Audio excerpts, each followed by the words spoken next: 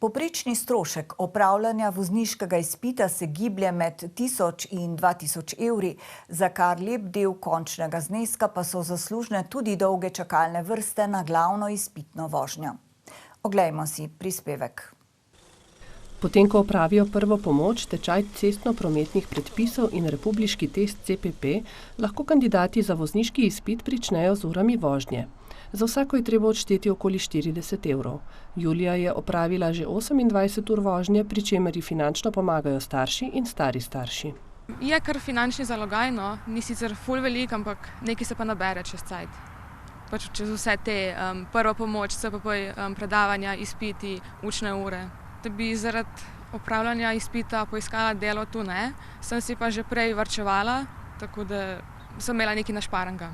Ko kandidat opravi obveznih 20 ur vožnje, se lahko prijavi na glavno izpitno vožnjo.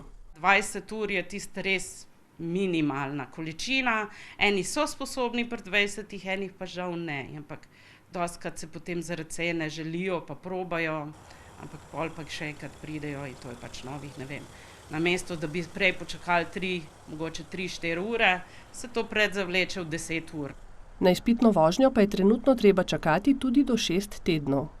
Zaradi čakanja na vozniški izpit rab nekje 1 do 2 ure na teden, pa se tu pa predvsem 10 ur več zaradi tega. Tako da je kar problem, ker si in živčen in vse, poleg tega je pa še velik finančni zalogaj, ker moraš vmes med tem čakanjem imeti tudi vmesne vožnje, kar je pa tudi pol na koncu ful dražji pride.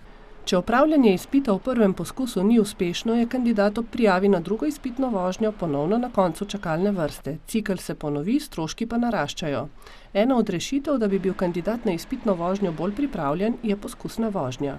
Potem bi videli, kje jim fali, kaj jim fali, tako kot smo nekdaj vedeli, ko si imel probno, pa si videl, kaj delaš narobe in si se v bistvu hitro naučil iz tega.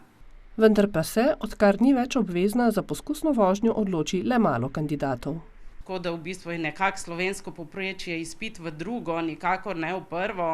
Če bi se povečal odstotek tistih, ki bi že v prvem poskusu opravili vozniški izpit, bi se v precejšnji meri razbremenile tudi dolge čakalne vrste na izpitno vožnjo.